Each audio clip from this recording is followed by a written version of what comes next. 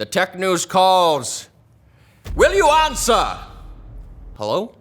Fine, I'll do it myself.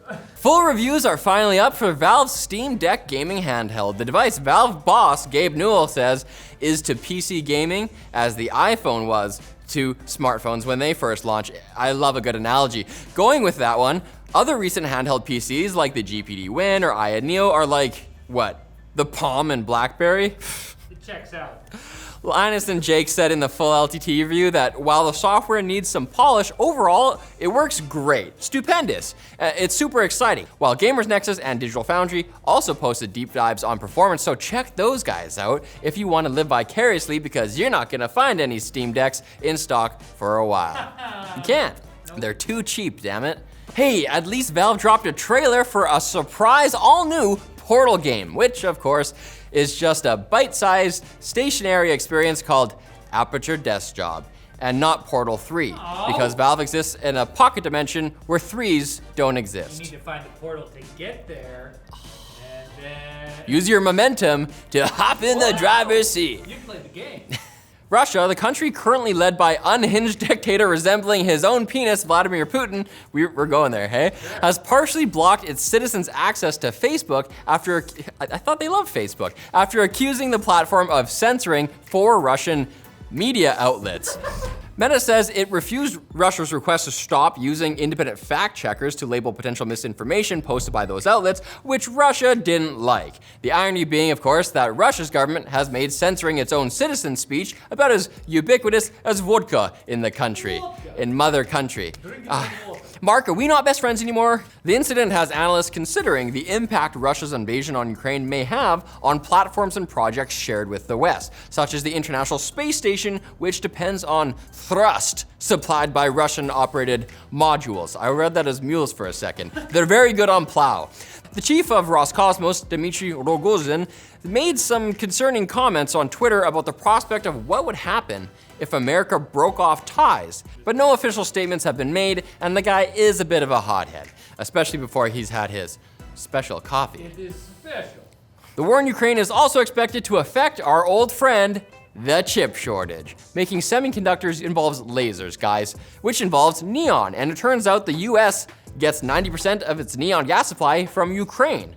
Russia and Ukraine are also major providers of a number of other commodities, including energy, wheat, the breadbasket of Europe, and metals like iron, copper, and palladium, which is also critical to chip making. So since electronics are going to be quite expensive for a while, it's probably better to use your money to donate to organizations providing aid to Ukrainians, like the Red Cross and Global Giving.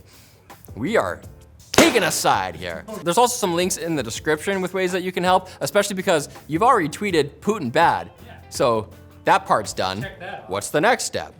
Riley, what time is it? Now it's time for Quick Bits, brought to you by Grammarly, the all-in-one writing tool that helps you with grammar and spelling suggestions, so your emails and Slack messages don't lead to even more emails and Slack messages before everyone realizes, oh, that's what you meant.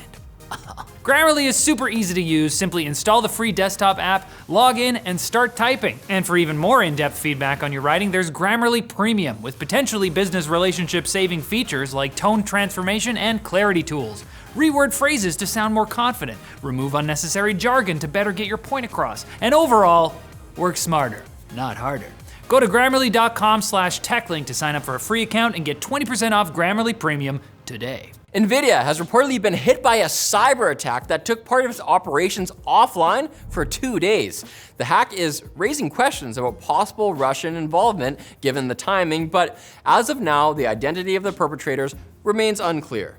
We should also remain open to the idea that Nvidia tried to download that mining limiter unlocker that was actually just malware. It can happen to anyone. I could totally see Jensen falling for that. I really want that performance. Do you guys think this would work? 10% off leather jackets.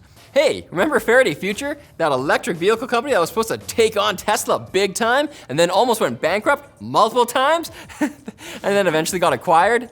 They actually made a car. Hey. The FF91 made its debut at an event on Wednesday and will formally begin production in Q3 2022. That's this year, baby. They think.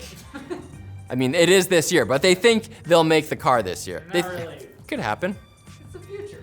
Sometime in the future. If the Pixel 6 wasn't quite your jam and you were waiting to see the Pixel 7, behold, renders of the phone and its Pro version have hit the web. And well, they look almost exactly like the Pixel 6, which sucks because I didn't like that belt on it, but Got a belt. not much is known about the phone except that it will have a belt and it will release this fall, and almost no one will buy it. How dare you? No, it's true. You put that last part in? It's true. It's just. They don't have a lot of market share, but they have a lot of mind share. That's true. You know? I love them. I think about them all the time. And in Metaverse news, a new segment on this show, it's recurring, the design and specs of the Magic Leap 2 AR headset have leaked, showing a device with increased field of view, resolution, more sensors, and what might be the same SoC used in the Steam Deck. But if you want your Metaverse life to feel a bit more real, HTC just announced it was partnering with HoloRide to enable in-ride experiences through its Vive Flow headset. So you can scare pedestrians with your bug face. Yeah. Or It's a what? look. I don't know what it is. Remember, it's the bug out. Oh, the bug face, okay. Seems like everybody's down with the Metaverse, right? But not Gabe Newell. He told PC Gamer that most people talking about the Metaverse have absolutely no idea what they're talking about and have never heard of MMOs, saying he has coffee with the term's creator, Snow Crash author Neil Stevenson, who regularly relates Metaverse stories that are driving him crazy. He just can't, he must be pissed about Twitter now. I'm sure he just has to hang out with Zuck in his personal space station and he'll change his mind. It's good. It's a virtual. You have answered the call to the tech news, so come back on Monday for more. But for now, rest, regain your strength. You've earned it. Love you.